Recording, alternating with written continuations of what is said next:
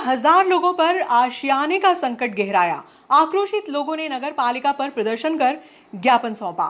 आवाज दो, हम अपना अधिकार मांगते, नहीं किसी से भीख मांगते, हम अपना अधिकार मांगते, नहीं किसी से भीख मांगते। इंकलाब जिंदाबाद, जिंदाबाद जिंदाबाद। बिलाग्राम के झुग्गी झोपड़ियों में स्थानीय उद्योगों में काम करने वाले लगभग 15,000 से अधिक लोग निवास करते हैं। रेलवे ने स्वयं की भूमि बताकर 15 दिन का नोटिस दिया, जिसको लेकर रहवासियों में आक्रोश व्याप्त हो गया।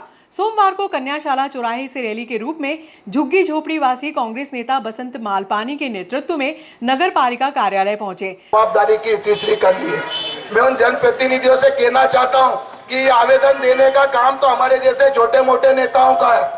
मैं और हमारी पूरी टीम आपकी आवाज को बुलंद कर सकते हैं, लेकिन इस समस्या को सुलझाने की सबसे बड़ी जवाबदारी इस क्षेत्र के सांसद महोदय की, इस क्षेत्र के विधायक महोदय की और इस क्षेत्र के राज्य मंत्री दर्जा प्राप्त लोगों की और पूर्व विधायक की है। प्रदर्शन के दौरान नगर पालिका का कोई भी अधिकारी या कर्मचारी ज्ञापन लेने के लिए नहीं आया तो सांसद प्रतिनिधि प्रकाश जैन आक्रोशित लोगों को शांत करने के लिए पहुंचे।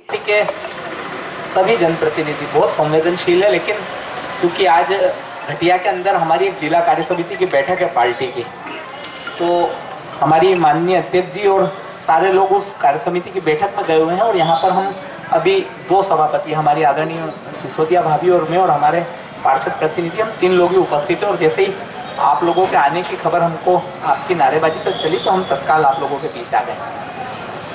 और जहाँ तक सीएमओ की बात है, तो आज हर सोमवार को उज्जैन कलेक्टर सभी अधिकारियों की टीएल की बैठक करते हैं, तो सीएमओ साहब जो है वो टीएल की बैठक में, इसलिए वो यहाँ उपस्थित नहीं हो पाए।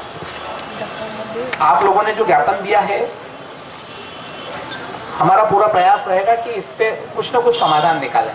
अब समाधान क्या होगा ये अभी बता पाना मुश्किल है, क्योंकि जब सारे पक्ष एक बार टेबल पे बैठेंगे, बात करेंगे, तो निश्चित प्रयास होगा कि कुछ ना कुछ रास्ता निकालें। और आप सबकी जानकारी के लिए मैं बताना चाहता हूं कि पिछले दिनों करीब 10-15 दिन पहले जब डीआरएम नागदा आए थे और उसके बाद जब नगर पालिका से हम लोगों का एक प्रतिनिधिमंडल उनसे मिलने गया था, तब भी हमने आपकी इस विषय को लेकर और डीआरएम से बात की है।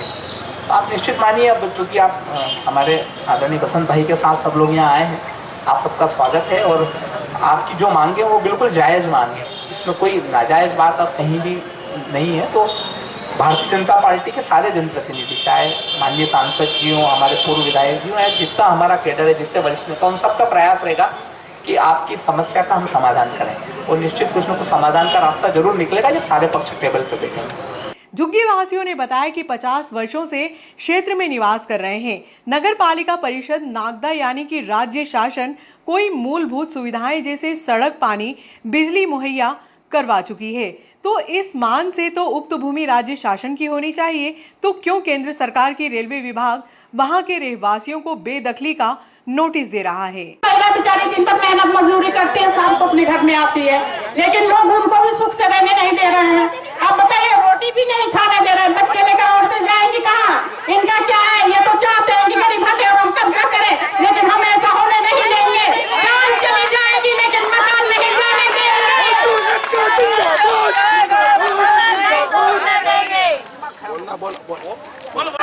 कैसे नहीं बनाया हमने?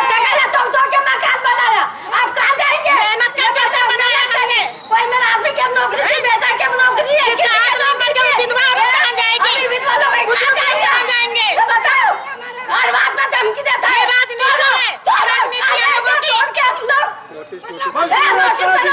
जब वोट मांगने का समय आता है तो घर घर आके पेट पकड़ते हैं कि मकान नहीं टूटने देंगे, और जब इनका मतलब निकल जाता है तो कोई सुनवाई नहीं करता है। महिलाएं 10 बार जाती हैं, लेकिन न थाना सुनवाई करता है, न नगरपालिका सुनवाई करता है।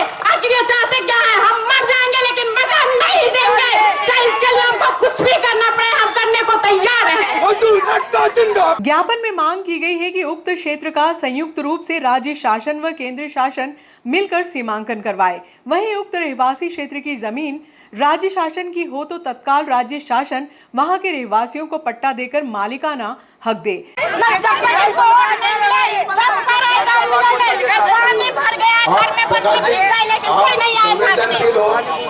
मकान तोड़ने के पहले हमारी लाश ले जाते हैं, घर में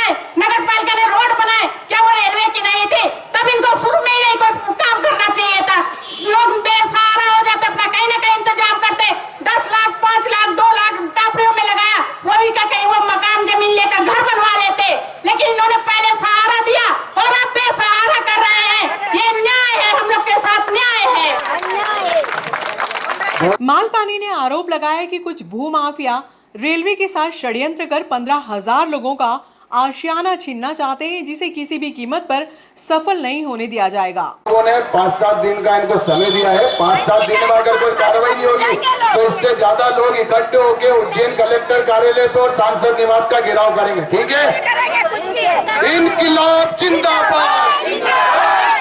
और हम अपना अधिकार मांगते हैं, हम अपना अधिकार मांगते हैं। रेलवे विभाग मुर्दाबाद, रेलवे विभाग मुर्दाबाद।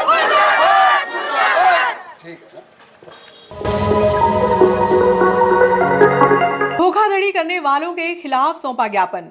बेरोजगार विद्यार्थियों को सरकारी नौकरी दिलाने के नाम पर लाखों रुपए की धोखाधड़ी करने के मामले में सोमवार को शासकीय महाविद्यालय की जन भागीदारी समिति के पूर्व अध्यक्ष के नेतृत्व में कांग्रेस पार्षद व कार्यकर्ताओं ने डीजीपी को संबोधित ज्ञापन तहसीलदार को सौंपा। शहर के बेरोजगार विद्यार्थियों को सरकारी नौकरी दिलाने के नाम पर लाखों रुपए की ठगी करने वाले आरोपियों के खिलाफ शासकीय महाविद्यालय की जन भागीदारी समिति के पूर्व अध्यक्ष नरेंद्र गुर्जर के नेतृत्व में सोमवार को डीजीपी को संबोधित ज्ञापन तहसीलदार सर्वेश यादव को सौंपा गया।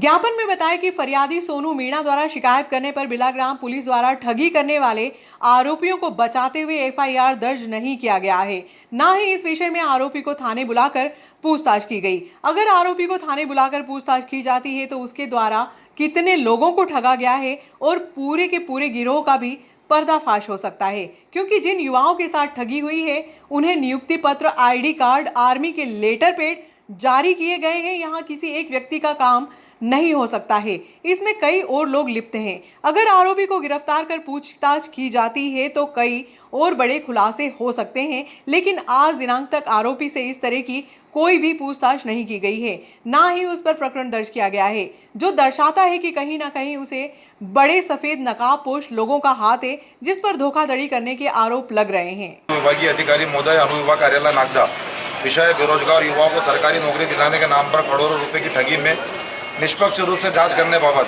महोदय, उपरोक्त विषय में अनुरोध है कि नागदा सहित देश के विभिन्न राज्यों में केंद्र व राज्य की शीर्ष सरकारी संस्थाओं में नौकरी दिलाने के नाम पर सैकड़ों युवाओं से करोड़ों रुपए की ठगी की गई है। इस मामले में फरियादी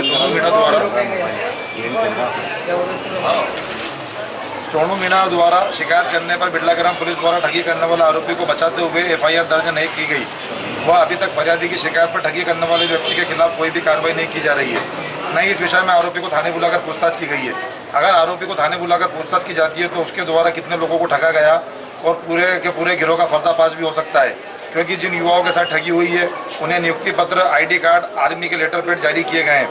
यहाँ किसी एक व्यक्ति का काम नहीं हो सकता, इसमें कई और लोग लिप्त है। अगर आरोपी को गिरफ्तार कर पूछताछ की जाती है तो कई बड़े नामों के खुलासे हो सकते हैं, लेकिन आज दिनांक तक आरोपी से इस तरह की कोई पूछताछ नहीं की गई है, न ही उस पर प्रकरण दर्ज किया गया है, जो दर्शाता है कि कहीं ना कहीं उसमें बड़े नकाबपोश लोगों का हाथ है, जिससे पुलिस कार्रवाई करने में डर रही है।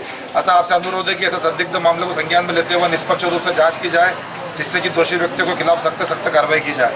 भगवती नरेंद्र गुर्जर, पूर्व जन भागीदारी अध्यक्ष। पूरा अध्यक्ष ने आज ज्ञापन सौंपा, सर क्या मामला है?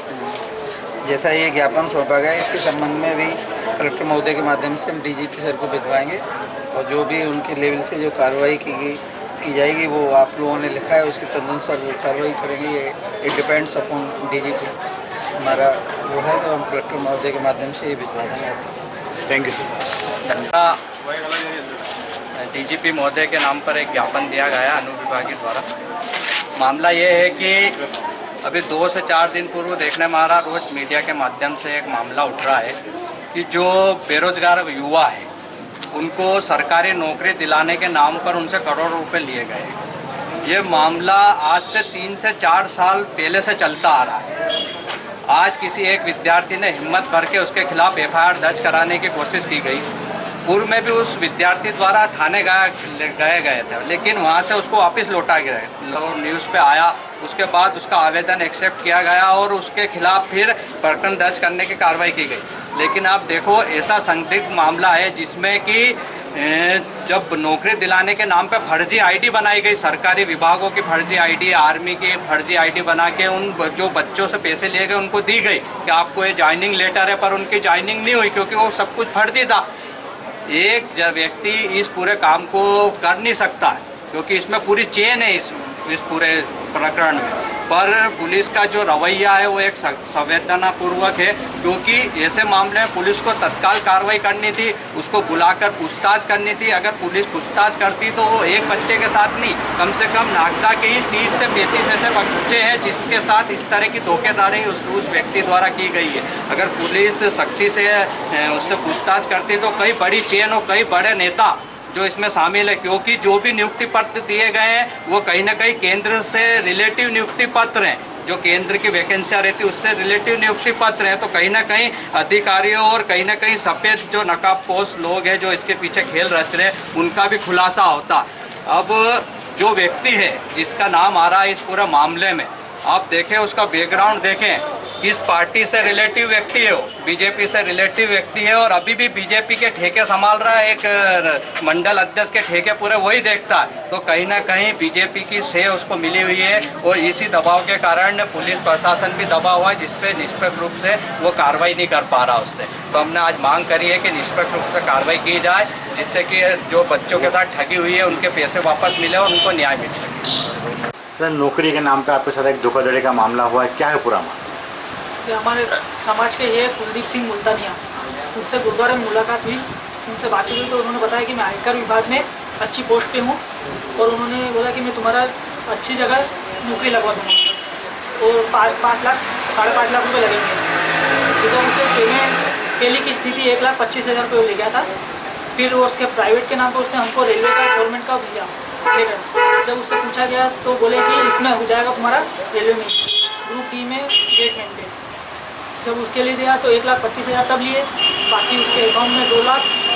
फिर उसके एक भेजे द्वारा एक व्यक्ति भेजा गया था, वो 1.5 लाख रुपये नगद घर से ले गया था, तो बाकी कुछ उसके अकाउंट में डाले, ऐसे करके 5,35,000 रुपये से दी। कब की घटना है ये 2020 की। वो बीच में कोरोना के चक्कर में उसने फिर पेमेंट के लिए टाला मोल करता रहा। फिर आपकी नौकरी लग गई या नहीं लगी आपकी? नहीं, वहाँ हमको दिल्ली बुलाया गया। दिल्ली में भी हमको 3-4 महीने ऐसे ही कभी रेलवे स्टेशन पे इनकी कोई गएंगे वहाँ बिठाया गया, हमको ट्रेनिंग के लिए भेजा गया, लेकिन वो सब फर्जी निकला तो फिर हमने वापस आ गया। मामले को लेकर पुलिस में कोई शिकायत करी आपने? अभी टीआई साहब को दिया है यहाँ पे नागदा थाने में, बिरलाग्राम थाने में, तो बोले हम कार्रवाई करेंगे, तो हमने उसके लिए आवेदन तो दे दिया। ये जो आपके साथ धोखाधड़ी कहाँ के रहने वाले हैं? जी, मैं गवर्नमेंट कॉलोनी बिरलाग्राम नागदा। जिसने आपके साथ धोखाधड़ी वो कहाँ के रहने वाले हैं? ट्रांसपोर्ट एरिया कोटा फाटक।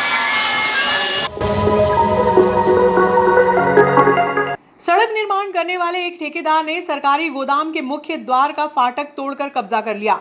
गांव रुपेटा सेवा सहकारी संस्था के सचिव ने मामले में पुलिस थाने में शिकायती आवेदन दिया। गांव रुपेटा में सड़क निर्माण करने के लिए भोपाल के एजेंसी को ठेका दिया गया है। ठेकेदार को अपने कर्मचारियों के लिए ठहरने व संसाधन रखने की आवश्यकता पड़ी तो उसने सेवा सहकारी संस्था रुपेटा के बहुउद्देशीय व्यापार केंद्र के गोदाम और दुकानों का ताला तोड़कर कब्जा कर लिया। सेवा सहकारी संस्था के सचिव रविंद्र कुमार शर्मा ने बताया कि व्यापार केंद्र के मुख्य द्वार पर फाटक तोड़ दिया, जबकि ताला यथावत लगा हुआ है। इसी तरह व्यापार केंद्र के अंदर दुकान का ताला तोड़कर कर्मचारियों के ठहरने की व्यवस्था कर दी। सचिव शर्मा ने आरोप लगाया कि सड़क निर्माण करने वाली एजेंसी के ठेकेदार को विधिवत अनुमति लेकर व्यापार केंद्र का गोदाम व परिसर का उपयोग करना था, लेकिन बिना किसी सूचना के गोदाम पर कब्जा कर लिया, जिसको लेकर पुलिस थाने में शिकायती आवेदन दिया गया। शर्मा ने बताया कि लगभग 1 करोड़ की लागत से बने व्यापार केंद्र पर इस तरह से कब्जा करना किसानों के साथ खिलवाड़ है। शासन ने किसानों की सुविधा के लिए व्यापार केंद्र बनाया था, जिस पर सड़क निर्माण करने वाले ठेकेदार ने कब्जा कर लिया। गांव रुपेटा के अंदर बहुउद्देशीय व्यापार केंद्र के ताले तोड़कर एक सड़क निर्माण कंपनी के ठेकेदार ने कब्जा कर लिया है। क्या है पूरा मामला? ये केंद्रीय गवर्नमेंट की योजना से मध्य प्रशासन ने बना के हमको दिया था। गोदाम 1 करोड़ 40 लाख रुपए की योजना थी ये। यहाँ पे बहुत सारे किसानों की सुविधा के लिए दूसरी कुछ योजनाएं सरकार लागू करने वाले थी। अभी कुछ दिनों पूर्व यहाँ ठेका हुआ रोड बनाने का बना से लेकर रुपेटा से नई आबादी तक का, उस ठेकेदार ने बिना अनुमति के गेट तोड़ के इस गोदाम पे कब्जा कर लिया। अपने ट्रैक्टर वगैरह उसके आदमी वगैरह सब रहते हो, काम बोलने गए तो बोले कि नहीं, बोले कि आप कौन होते हो, हम तो हमारा है, बोलो कब्जा करें। मामले के लोगों की पुलिस में शिकायत करी है? पुलिस में शिकायत कर दी है। मुख्य अधिकारी महोदय को, जो कार्यपालन अधिकारी बैंक में, उनको अवगत करा दिया है। हमारे सहकारिता विभाग के जो डीआर उनको भी अवगत करा दिया है। विधानसभा चुनाव को लेकर मतदान केंद्र के भवन परिवर्तित करने के लिए सोमवार को एसडीएम कार्यालय पर आवश्यक बैठक आहूत की गई। बैठक में विधानसभा के 8 मतदान केंद्र बदलने का प्रस्ताव रखा गया। आज निर्वाचन की एक छोटी सी मीटिंग रखी गई थी, जिसके अंदर नागदा में कुछ मतदान केंद्र जिनकी जगह चेंज की गई है, वो इस प्रकार जैसे नूरानी जमात खाना था वो वहाँ पर अभी जर्जर हालत में हो गया। इस कारण वो गुरुकुल हाई सेकेंडरी स्कूल में कर दिया एक तो, और दूसरा है ब्रजवासी धर्मशाला कक्ष क्रम 1 था, वहाँ भी व्यवस्था हो नहीं पा रही थी ढंग, वो भी था जर्जर हो रहा है। उसके कारण उसकी जगह नूरानी जमात खाना कर दिया है। एक शासकीय कन्या महाविद्यालय कक्ष क्रमांक 1 में था, वो भी पूरा जर्जर हो गया, पूरा क्षतिग्रस्त हो गया। उसकी जगह एक बद्री विशाल धर्मशाला एक उत्तर भाग में कर दिया है। दूसरा एक शासकीय कन्या प्राथमिक विद्याशाला गांधी और 2 है, वो भी जर्जर हो गया, उसको भी बद्री विशाल धर्मशाला में कर दिया गया। एक नगर नया कम्युनिटी हॉल में था, कम्युनिटी हॉल भी जर्जर हालत हो रही, उसके कारण उसका भी जीवदया मानव सेवा समिति में कर दिया गया है। नगर पालिका कम्युनिटी हॉल में एक और था, उसको भी 100 नंबर था, उसको भी हटाकर जीवदया मानव सेवा समिति में किया गया। एक अमलावती रोड पर चिल्ड्रन चाइल्ड स्कूल था, वहाँ उसको हटाकर वृद्धाश्रम के पास में एक कार्यालय है हिंदू कक्ष कॉलोनी, उसको वहाँ चेंज किया गया। एक परमार खेड़ी में था शासकीय प्राथमिक भवन में, वो जर्जर हो गया, उसके कारण उसको भी शासकीय महाविद्यालय सेंट्रल हॉल परमार खेड़ी में किया गया है।